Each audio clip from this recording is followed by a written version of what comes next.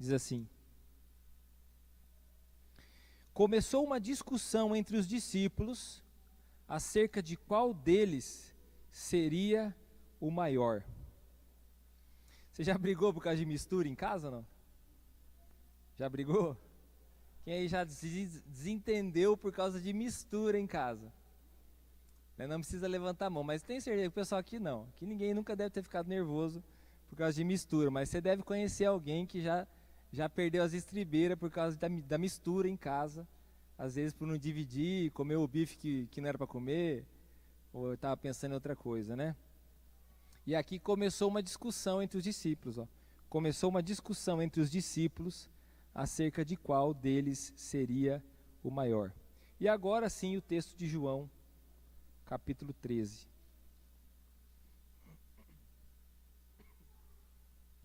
Diz assim, versículo 1. Um pouco antes da festa da Páscoa, sabendo Jesus que havia chegado o tempo em que deixaria esse mundo e iria para o Pai, tendo amado os seus que estavam no mundo, amou-os até o fim. Estava sendo servido o jantar, e o diabo já havia induzido Judas Iscariotes, filho de Simão, a trair Jesus. Jesus sabia que o Pai havia colocado todas as coisas debaixo do seu poder, e que viera de Deus e estava voltando para Deus. Assim, levantou-se da mesa, tirou sua capa e colocou uma toalha em volta da cintura.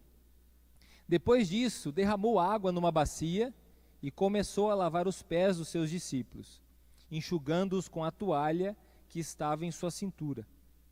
Chegou-se a Simão Pedro, que lhe disse: Senhor, vais lavar os meus pés? Respondeu Jesus: você não compreende agora o que eu estou lhe fazendo, mais tarde, porém, entenderá. Disse Pedro: não, nunca lavarás os meus pés. Jesus respondeu: se eu não os lavar, você não terá parte comigo. Respondeu Simão Pedro: então, Senhor, não apenas os meus pés, mas também as minhas mãos e a minha cabeça. Respondeu Jesus: quem já se banhou precisa apenas lavar os pés. Todo o seu corpo está limpo.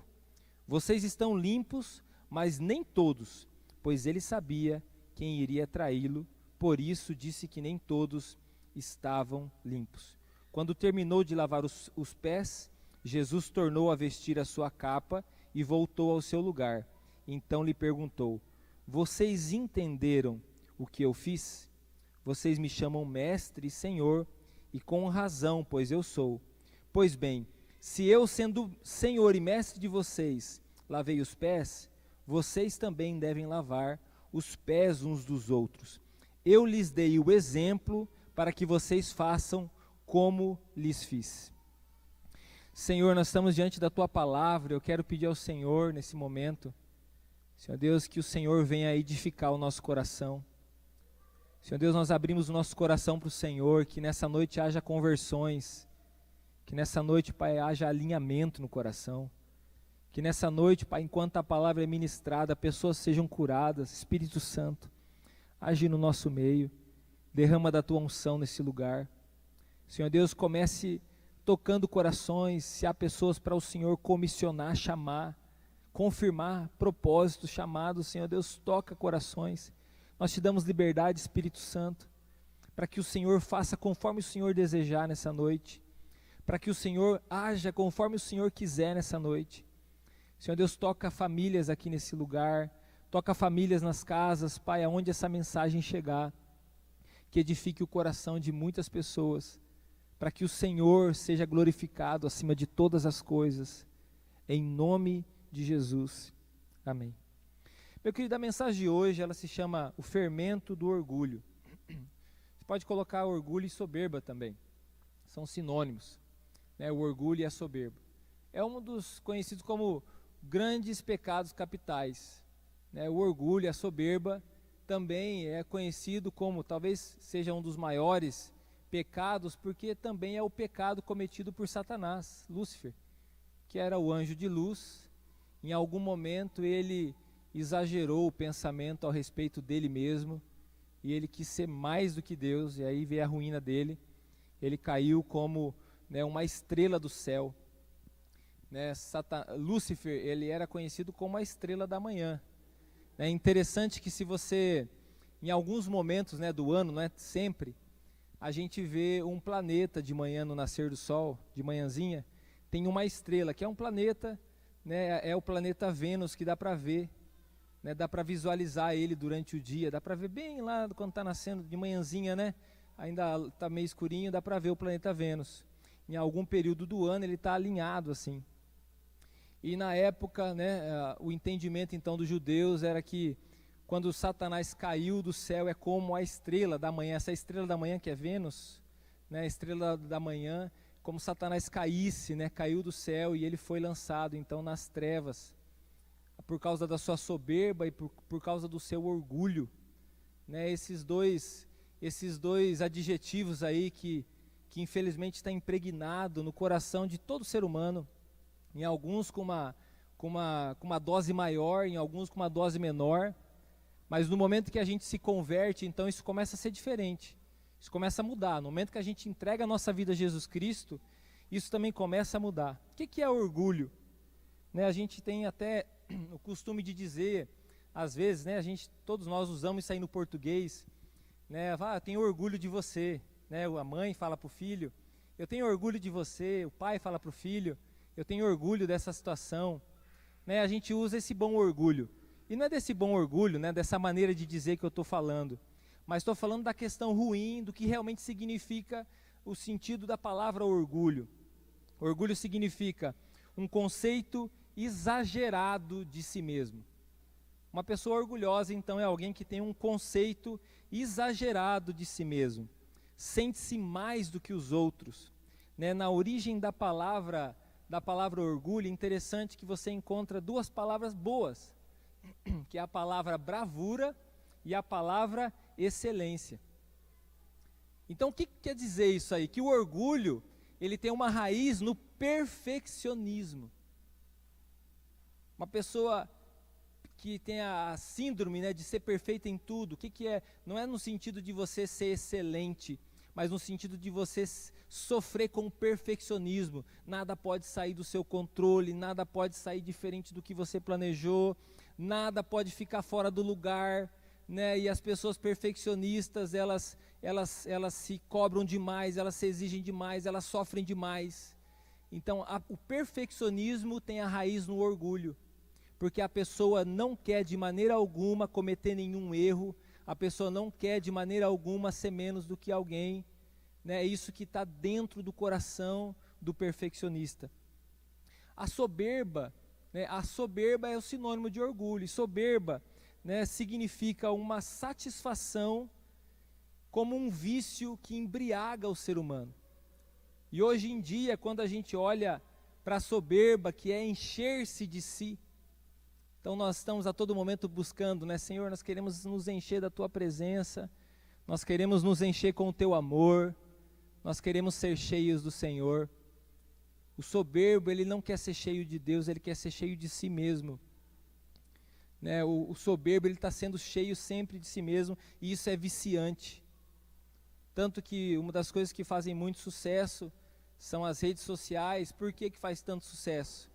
Porque age em alguns aspectos do ser humano que gera um vício tremendo, que é quase um culto a si mesmo. É uma das coisas que age, por quê? Porque a pessoa vai direto na soberba. Você pode ser mais do que o outro, você pode ser mais do que aquela pessoa, né? Você vai ser mais, você vai crescer mais. E eu não estou falando que você não tem que buscar o crescimento, que você não tem que buscar melhorar de vida, que você não tenha que crescer, mas o mundo entende o sucesso de uma maneira diferente do que um cristão deveria entender. A soberba, né? Aquela pessoa altiva, aquela pessoa com os ombros retos, peito estufado, né? Não baixa a cabeça para ninguém, queixo levantado, posição de comando, né? Que você está ali, essa é a posição de alguém de sucesso diante do mundo. Posição de sucesso, a posição de quem está ali para dominar, de quem está ali para que que mesmo que esteja destruído por dentro, mas a sua expressão corporal está mostrando o quanto ele é mais do que qualquer outra pessoa. Essa é a síndrome de deuses que a gente tem hoje. Síndrome que todo mundo tem uma síndrome de Deus dentro deles, dentro de si mesmo, e está sendo colocado cada vez mais que essa cultura de que você é sempre melhor do que o outro, de que você é sempre melhor do que o outro. E como eu estou falando para você, não quer dizer que você não tenha que fazer o que você faz com excelência, não quer dizer que você não vá para frente, você tem que crescer sim. Mas você tem que saber como crescer e tem que usar o exemplo de Jesus, que é na contramão totalmente do mundo. Totalmente do mundo. Então quando a gente olha para a soberba é uma doença social. A soberba e o orgulho é uma doença social sorrateira que engana qualquer pessoa. A soberba, a soberba é aquele ânimo disfarçado, Às vezes a pessoa tem uma soberba, ela age com soberba e ela chama isso de ânimo, mas é um ânimo disfarçado. Não mostra muitos dentes, só dá um sorriso, que dá aquela erguidinha na bochecha, para não mostrar para o outro que está tão feliz, mas nem tão triste. A soberba, enquanto, comparando com a humildade parece que o mundo entende a humildade como uma coisa que gera tristeza. Quando se fala de humildade, normalmente está se falando de miséria, a pessoa é humilde. A gente usa para sinônimo de pobreza. A gente usa a humildade como sinônimo de pobreza. Aquela pessoa lá, ela é humilde. Por que a gente fala isso aí? Por que a gente usa essa palavra? Porque culturalmente está dentro da gente, que humildade tem a ver com miséria, tem a ver com pobreza. Parece que a humildade, ao olhar do mundo, é sinônimo de tristeza, depressão. Parece que é uma pessoa que alguém pisa, sempre está pisando, sempre está destruindo. Ao contrário da soberba. Alguém soberbo, parece que ninguém pisa nele, parece que é uma pessoa sempre bem-sucedida. Essa é a visão que o mundo passa. Essa é a visão que estão impregnando no mundo, está aí. Talvez você também tenha esse pensamento, mas eu quero não dizer que você está errado, eu quero te mostrar o que Jesus é. Eu quero te mostrar quem é Jesus. Nós queremos olhar para a palavra e ver quem é Jesus. Por que a gente age assim? Por que a gente insiste em acreditar nessas coisas? Por causa do impostor que ainda vive em nós. Por causa desse homem que às vezes dá algum sinal de vida, homem e mulher, que dá algum sinal de vida que está dentro de nós. Olha o que o apóstolo Paulo vai dizer. Romanos capítulo 7, versículo 19. Porque não faço o bem que quero, mas o mal que eu não quero, esse eu faço. Mas se faço o que eu não quero, já não sou eu quem faz, mas sim o pecado que habita em mim. O orgulho e a soberba se transformam no padrão, então, de sucesso, enquanto a humildade, ela se transforma no padrão de fracasso, de miséria, de pessoas que estão à margem aí da sociedade. Mas no reino de Deus não é assim. Diga comigo assim, no reino de Deus não é assim. E as atitudes de Jesus, elas exalavam humildade. A Bíblia fala que nós temos o bom perfume de Cristo.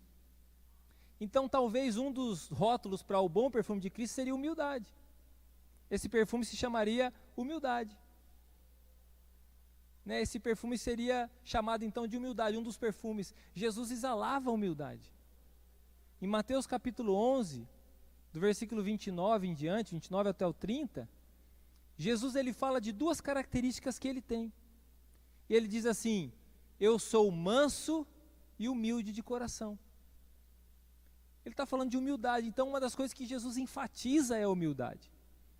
Uma das coisas que Jesus está enfatizando no Sermão do Monte, Mateus capítulo 5, ele fala: bem-aventurados os humildes de espírito, porque deles é o reino de Deus. Está dizendo assim que os humildes, é deles o reino. Mas está totalmente ao contrário do que a gente tem visto e aprendido. E não é só da nossa época hoje, é desde a época do Satanás lá, ele também era orgulhoso e soberbo. Não é porque nós estamos vivendo essa época hoje, essa era, não é porque é síndrome de 2021, não. Era síndrome do ano 10, do ano 20, do ano 1000, do ano 1500, enfim. Porque está dentro do ser humano. É uma luta interior que nós temos. E até mesmo de interpretar o que é de verdade a humildade. Porque também se a gente tem um sinônimo de que humildade é miséria, é porque de alguma forma alguém nos ensinou que a humildade é assim. A humildade é não ter dinheiro. A humildade é ter uma roupa toda rasgada. A humildade é viver lá isolado de todo mundo, sem nenhum sinal de prosperidade e riqueza. Isso também não é humildade. A humildade não é uma característica de uma roupa que você usa. A humildade não é o tipo de nota que você anda na carteira. Se você anda com um lobo-guará, que eu nunca vi esse tal desse lobo-guará, diz que existe, né? Ou se você anda com aquele, nem sei o que tem na nota de R$2 lá, que bicho que é. A gente nem presta atenção, né, nesse animal aí. É algum animalzinho lá do Brasil. Então a gente também colocou na nossa cabeça que humildade é isso. E parece que de alguma forma a gente acredita nisso. Agora, Jesus, ele tem uma atitude totalmente diferente. Jesus, ele tem uma atitude diferente. Ele está ali no momento de janta, num lugar chique. Eles estão jantando num lugar chique. Uma sala de jantar preparada pelo próprio Jesus. Interessante que Jesus, apesar de estar sempre andando, né? Sempre andando, sempre migrando, ele fala para os discípulos dele, fala para as pessoas, eu não tenho onde recostar a cabeça. Está dizendo assim, eu não tenho uma casa fixa, estamos andando. Apesar disso, ele era o homem mais próspero que tinha. Fala para os discípulos, e nessa situação ele falou para o discípulo, vai lá, você vai encontrar uma pessoa assim, assim, assim, você fala para ela que nós precisamos dessa sala. Está lá a sala preparada, o jantar preparado, não faltava nada. Agora, por que para Jesus não faltava nada? Por que para Jesus não tinha crise nenhuma? Não tinha uma necessidade que o destruísse? Não tinha nada que o tirava do eixo? Por quê? E eu quero ensinar você hoje a razão disso. Jesus então nessa janta, depois que todo mundo está ali, ele pega uma toalha e ele pega uma bacia. E ele começa a fazer o quê? Ele começa a lavar os pés dos discípulos. Não é comum a gente fazer isso? Nós tomamos banho todo dia, não é verdade? Você toma banho todo dia, não toma? Graças a Deus, né? Se você não toma, nem levanta a mão, né? Para a gente não perder a estima, né? Normalmente a gente toma banho todo dia. Naquela época não se tomava banho todo dia. Então se caminhava, fazia longas jornadas. Quando você chegava em casa, o que você fazia? Lavava o pé. Quando você chegava numa casa, normalmente quem lavava o pé era a pessoa menos considerada da casa. Se não tinha um empregado, era o filho menor que lavava os pés. Era o que talvez ainda não era o considerado, talvez era o Davi, que ia lavar os pés de todo mundo, filho mais novo. Mas quando se tinha um escravo na casa, era então o escravo que lavava os pés. Não era um trabalho digno, não era uma coisa digna de se fazer lavar o pé de alguém. Não era o pé bonito que você tem hoje, com lixadinho, né, com esmalte em gel, esses negócios que você usa. Não sei dos tigrão como que anda o pé dos meninos, né? Mas naquela época você imagina a qualidade dos pés. Então naquele momento Jesus, ele se prepara para lavar os pés dos discípulos. E ele começa a lavar e encontra já uma resistência. Mas quando ele começa a lavar, antes de ele começar a lavar, tem um texto que me chama muita atenção. Em João capítulo 13. O versículo 3. Pega aí a tua Bíblia. E olha o versículo 3. Deixa eu aproveitar para dar uma tossida aqui.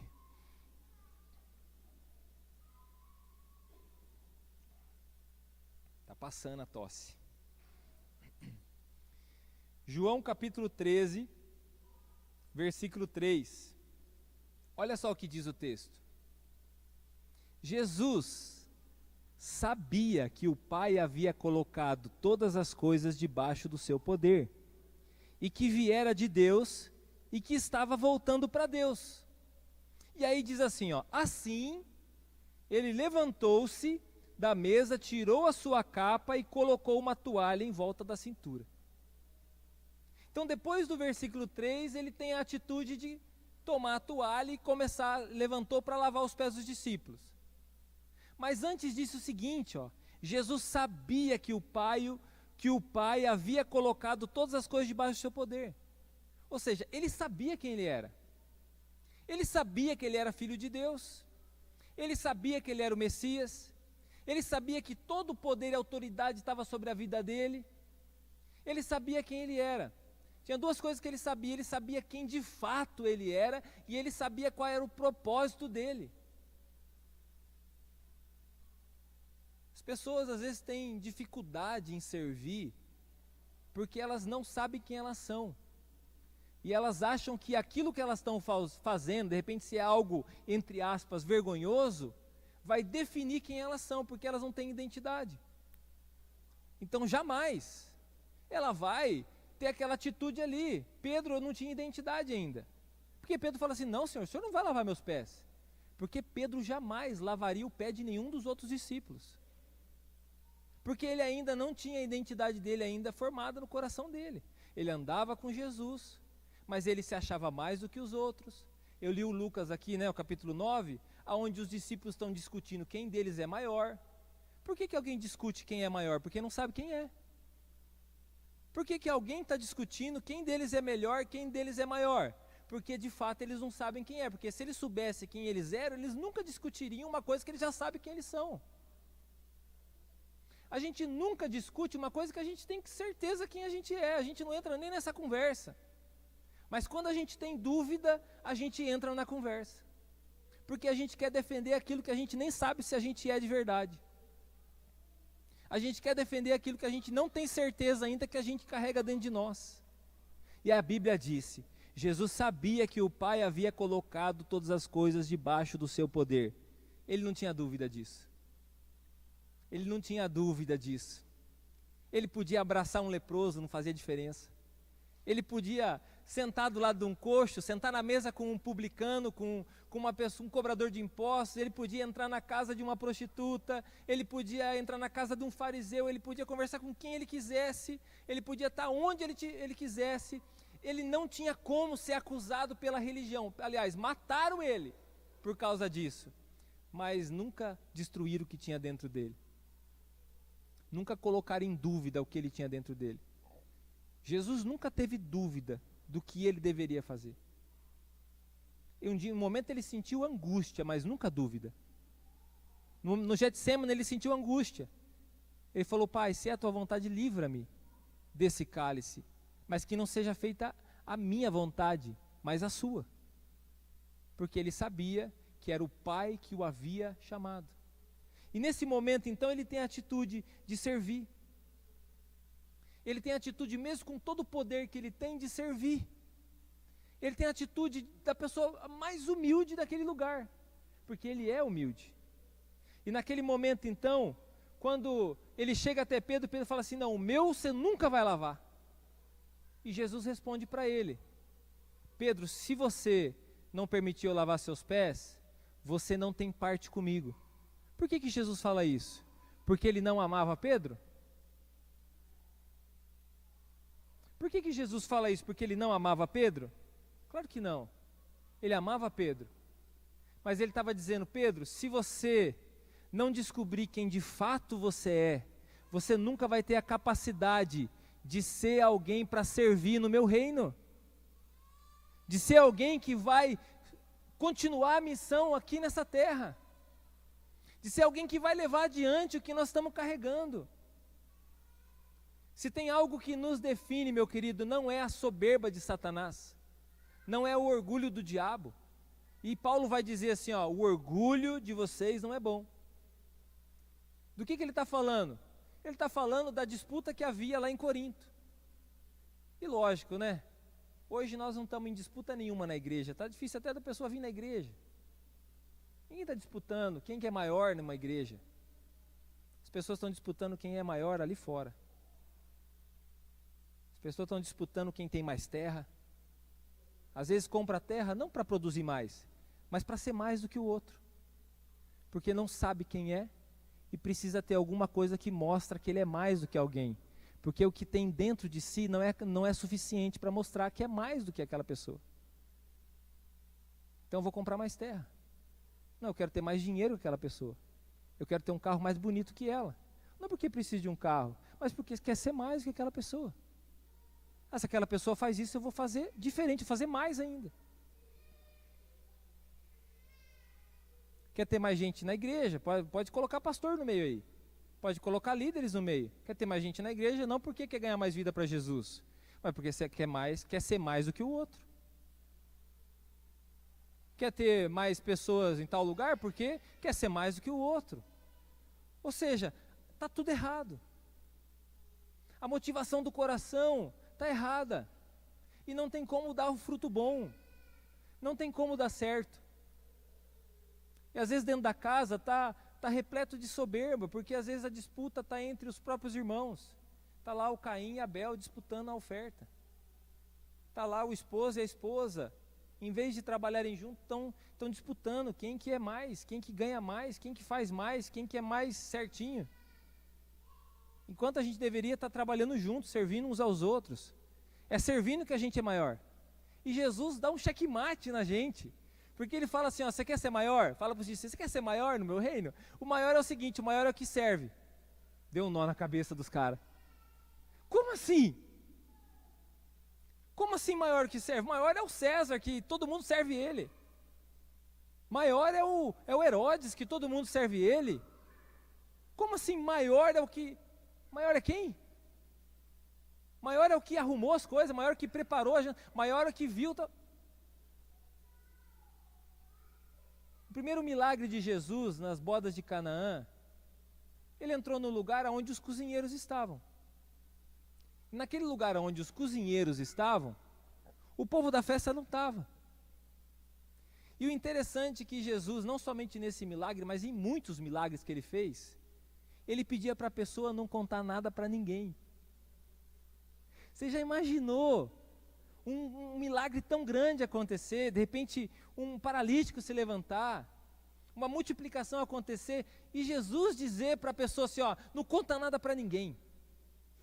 Como assim? Essa pessoa não quer ser conhecida por ninguém. Como assim essa pessoa não entra na cabeça? Não entra na cabeça isso aí. Não entra na cabeça do mundo isso aí. É por isso que para entender o reino de Deus e para entender quem é Jesus, a gente tem que se converter. Porque senão a gente nunca vai entender. A gente pode carregar o nome de cristão, a gente pode falar das coisas de Deus, mas a gente nunca vai entender o que é a fé, o que é o reino de Deus, se a gente não se converter. Se a gente não nascer de novo. A gente passa diversas situações. E eu tenho certeza que você já passou situações que talvez você quis ser mais do que alguém. Você é um ser humano, eu imagino que sim. Também já passou situações que alguém quis ser mais que você. Você já passou situações que alguém, de repente, veio cobrar você, por que que é tal pessoa e por que que não é outra? Ou talvez você também já fez esse questionamento, por que que tal pessoa e por que que não é outra pessoa? Né, dentro da casa, às vezes os irmãos, né, os filhos, por que que o pai deu isso para o filho e não deu isso para o meu irmão e não deu isso para mim?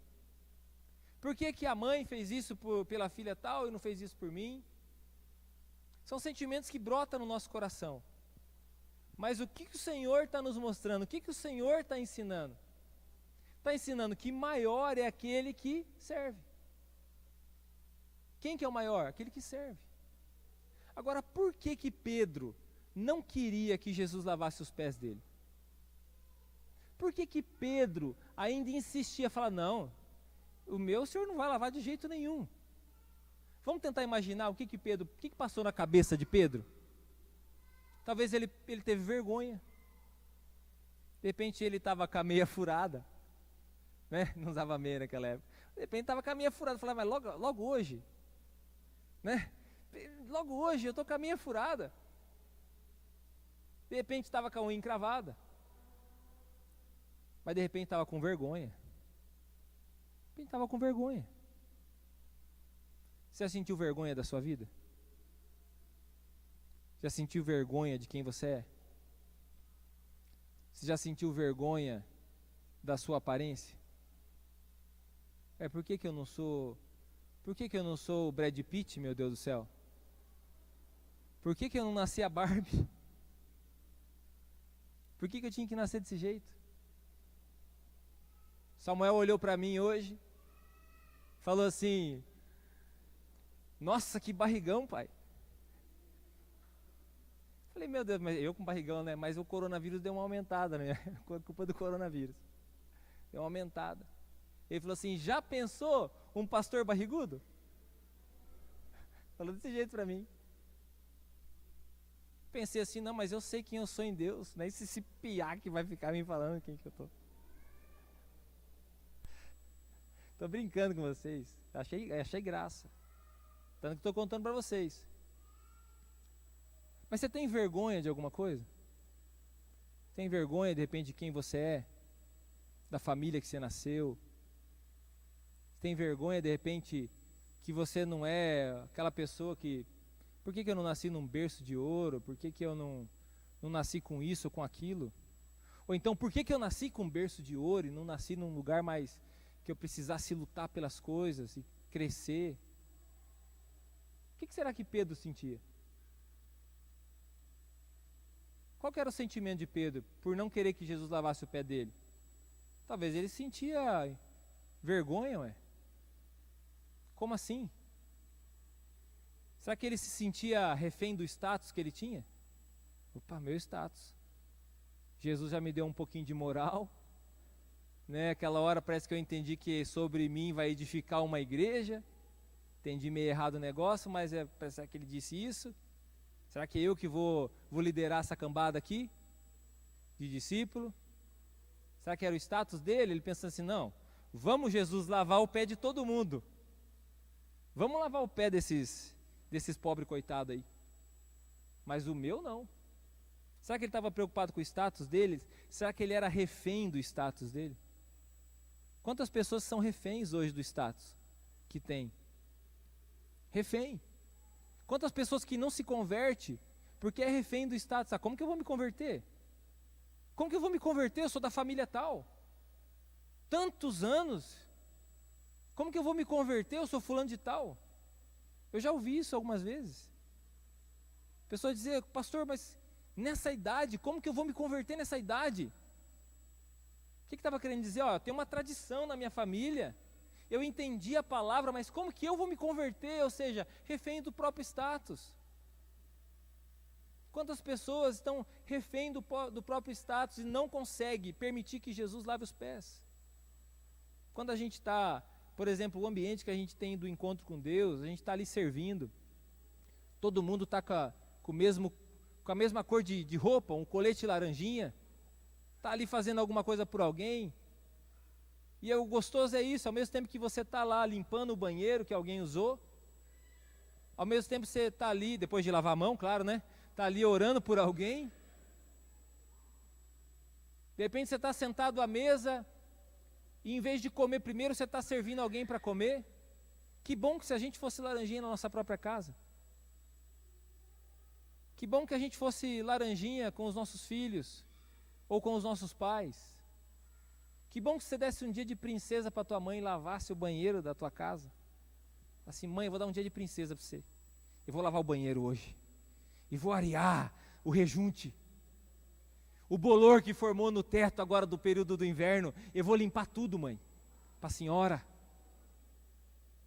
Ou de repente até fazer pela mãe, é fácil, é bom, porque a mãe é mais do que a gente. E é fácil a gente honrar e fazer alguma coisa por alguém que é mais do que a gente. É fácil você honrar e respeitar alguém que é mais do que você. Agora o difícil é você fazer por alguém que, não por alguém que é menor do que você. Porque como alguém que é menor, você pensa assim, nossa, estou fazendo uma caridade. Você acha que aquela pessoa é menor, você faz por alguém, você fala, vou fazer uma caridade. Mas o difícil é você fazer por alguém que é igual a você. por alguém que você está na disputa ali, para ver quem que é o maior.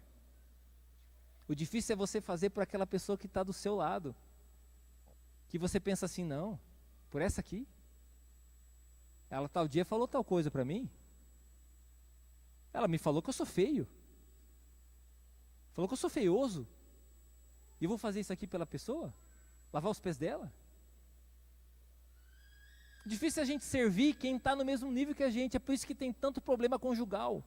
Sabe por quê? Porque no ambiente conjugal, o esposo e a esposa estão no mesmo nível. Daí o cara fala assim, não, vai fazer tal coisa. Não vou fazer não, quem que disse que eu vou fazer? Não, você vai fazer. Não vou fazer, quero ver quem vai me obrigar a fazer. É você que vai me obrigar a fazer? E aí começa a confusão. Já viu esse filme ou não? Já viram esse filme? Eu sempre ensino isso aí, porque confunde intimidade com falta de educação. E aí começa a fazer o quê? A disputa, porque está igual. Não vou pedir perdão, porque eu estou certo. Jamais que eu vou pedir perdão, eu estou certo. Não é verdade, pastor? Quando eu estou no rolo junto. Não é verdade, pastor? Que eu estou certo. Aí eu penso assim, né? Eu não falo, eu penso assim, conversa com a minha mão aqui um pouquinho. Deixa eu refletir. Porque Jesus está mostrando para eles ali assim, eu vou servir vocês. Eles sabem que Jesus é Jesus. Agora o rolo deles é o seguinte, agora eu vou ter que servir meu irmão? Agora eu vou ter que servir Judas. Mas Jesus lavou os pés de Judas também. Jesus lavou os pés de Judas. E interessante que Jesus já sabia que Satanás tinha encontrado lugar no coração de Judas. Jesus, ele não estava ali traído. Jesus, ele não estava enganado, ele sabia. Ele sabia quem ele era e ele sabia com quem que ele andava. Mas naquele momento Jesus estava ali. Então por que Pedro não permitiu ou não queria permitir Jesus lavar os pés dele? Uma falsa humildade? Será que ele tinha no coração dele uma falsa humildade? Ou talvez ele não tinha entendimento? Vamos pensar que talvez ele não tinha entendimento, talvez ele era um pouco orgulhoso ainda. Mas Jesus, depois de ter lavado o pé de todo mundo, ele pergunta. Ele pergunta, por que Jesus pergunta? Porque pode ser que ninguém tenha entendido. E é sempre bom perguntar. E qual foi a pergunta de Jesus? Qual foi a pergunta de Jesus? Vocês entenderam o que eu fiz? Vocês entenderam ou não? Você conseguiu entender o que eu fiz? Você entendeu o que eu fiz? E a pergunta de Jesus para nós hoje, você entendeu? Você entendeu ou não? E aí Jesus fala para mim e para você assim, no versículo 17. Agora que vocês sabem essas coisas, felizes serão se as praticarem. Está dizendo assim, você entendeu? Então me prova se você entendeu. Pedro, você vai ter a oportunidade, fica tranquilo. Pedro, vai chegar a tua hora que você vai precisar fortalecer seus irmãos. Jesus teve uma conversa com Pedro em outro momento. Falou, Pedro, Satanás, ele está tentando te destruir. Mas eu intercedi por você, Pedro. Eu intercedi para que você se fortaleça, para que você consiga passar por essa peneira. E que você, Pedro, depois de passar por isso e se fortalecer, como eu passei pelo deserto e me fortaleci, você também fortaleça os seus irmãos. Tenho falado para você, é tempo de nós fortalecermos os nossos irmãos. É tempo de nós fortalecermos aqueles que estão enfraquecidos. É tempo talvez a gente lavar os pés de alguém. E não com falsa humildade. Às vezes aquela pessoa que você brigou, você teve um problema com aquela pessoa, você vai lá. Vou lá lavar o pé dessa pessoa. Vai lá, com o ato de Jesus, leva uma toalha, uma bacia, lava o pé de Jesus. Mas lava os pés que o coração não está rendido a Jesus.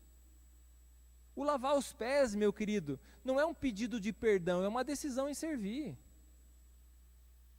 O lavar os pés não é um pedido de perdão. Jesus não estava pedindo perdão para ninguém ali. Jesus não tinha magoado ninguém. Lavar os pés não é um pedido de perdão. Lavar os pés, meu querido, é decidir servir, é decidir ser como Jesus na vida de alguém.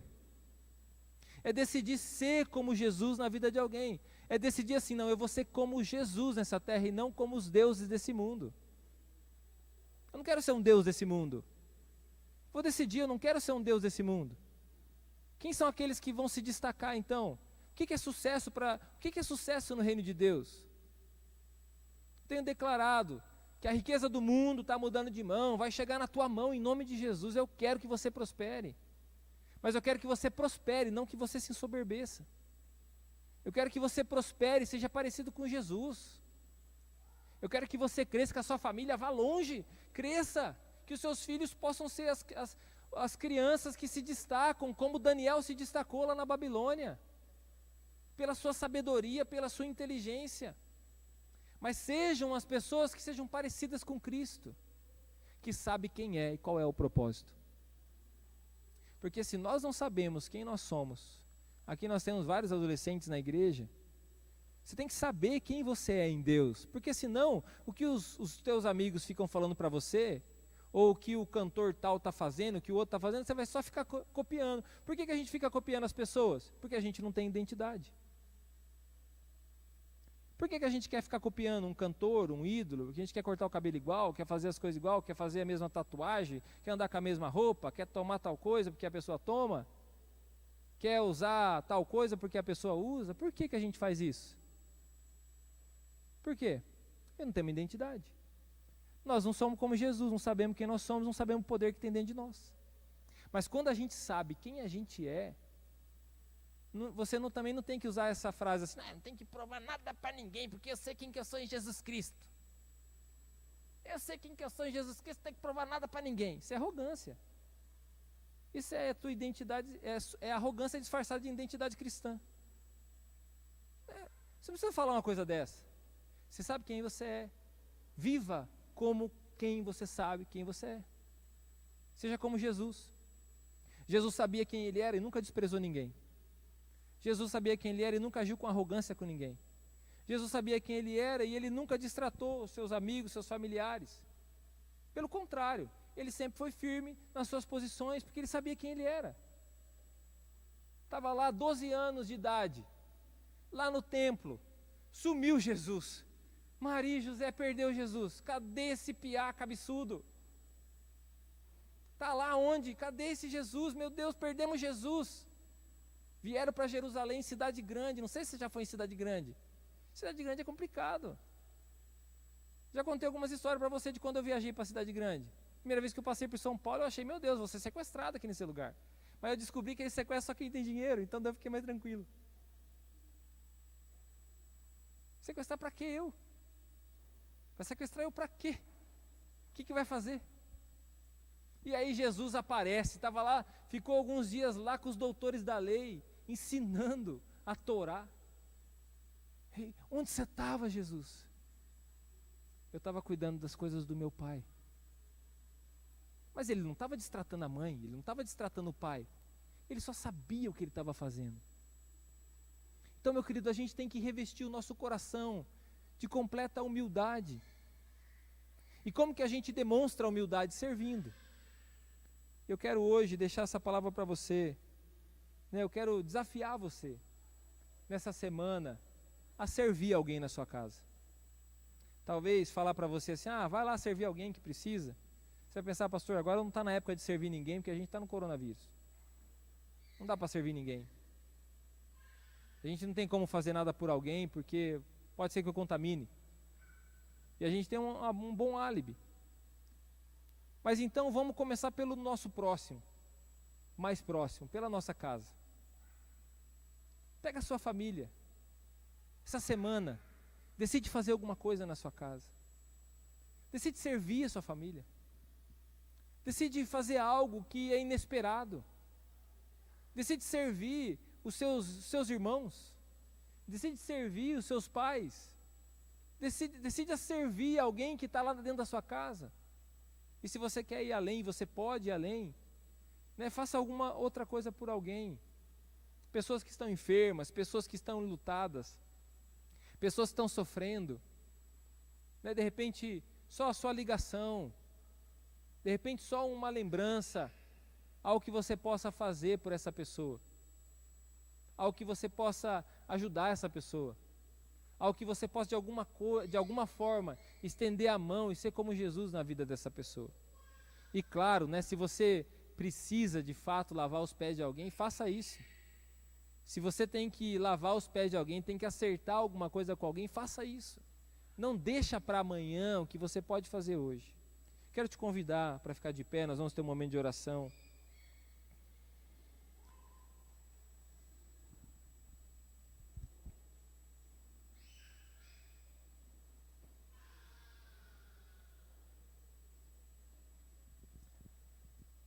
Talvez você, e o ponto principal dessa mensagem é a nossa identidade em Deus. É a sua identidade.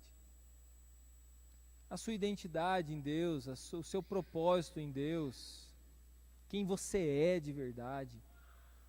Né? Você sabe, você tem sido ensinado sobre isso. Mas talvez você tenha que absorver isso no seu coração. E parar realmente de se importar do que as pessoas estão dizendo. Se é verdade o que as pessoas estão dizendo e você sabe disso, então mude. É verdade. Puxa, é verdade o que as pessoas estão dizendo. É verdade o que a minha esposa está dizendo, o que o meu esposo está dizendo. É verdade. Então mude. Agora não é verdade. Você não precisa provar isso para ninguém. Pelo contrário, viva como um filho de Deus. O seu testemunho sempre vai falar mais do que as suas palavras. Mas nós precisamos da graça de Deus para isso. Eu sinto no meu coração aqui, que aqui há muitas pessoas como Pedro, que nesse momento estão dizendo assim, não, os meus pés o Senhor jamais lavaria. Talvez você deixaria lavar, porque você sabe o final da história. Mas você, com certeza, com aquilo que você tem dentro do seu coração, você não deixaria. Por quê? Não, eu tenho vergonha de quem eu sou. Eu tenho vergonha do que está dentro de mim. Eu tenho vergonha do que está aqui dentro do meu coração. E talvez essa seja uma das palavras mais fortes. Porque quantos aqui talvez estão envergonhados pelos seus erros, mas talvez envergonhado por algo que está dentro de você. E aí, vamos colocar isso para fora? Vamos se posicionar diante disso? Vamos contar com a graça de Deus nisso? Coloca a mão no seu coração. Eu quero convidar nesse momento para você orar junto comigo, para nós orarmos juntos, para a gente se consagrar nesse final de culto junto. Eu me coloco junto com você. Meu querido, nós precisamos da graça do Senhor. Nós precisamos que venha sobre todos nós aqui um manto de humildade, que venha a graça de Deus sobre nós, que venha o sopro do Espírito Santo de Deus sobre nós. Eu gostaria que você, nesse tempo, começasse a falar com o Espírito Santo, a falar aquilo que está no seu coração, aquilo que você está sentindo, aquilo que está dentro de você, aquilo que você está sentindo agora, nesse momento. Quero dizer para você que a humildade não é sinônimo de miséria, nem de tristeza, mas bem-aventurados, ou seja, felizes, são os humildes de espírito, porque deles é o reino de Deus. Vem, Espírito Santo, toca os nossos corações. Vem, Espírito Santo de Deus.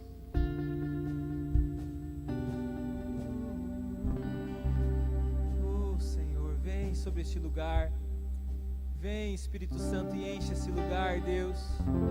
Nós clamamos pelo seu amor nesse lugar. Nós clamamos, Senhor Deus, que esse mesmo ambiente, Senhor Deus, que estavam com os discípulos naquele lugar, possa vir sobre também nós.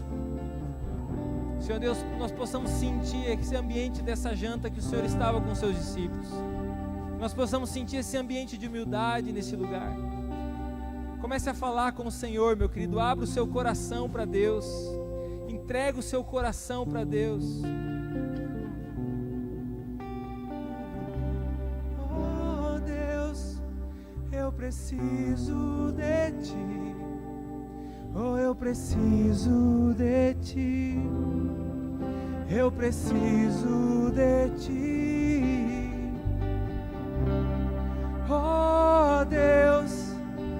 preciso de ti. Oh, eu preciso de ti. Eu preciso de ti. Oh, Deus, eu preciso de ti. Oh, eu preciso de ti. Eu preciso de ti. Cante comigo. Oh, Deus, eu preciso de ti. Oh, eu preciso de ti. Eu preciso. Cante isso de todo o seu coração para o Senhor. Oh, Deus, eu preciso de ti.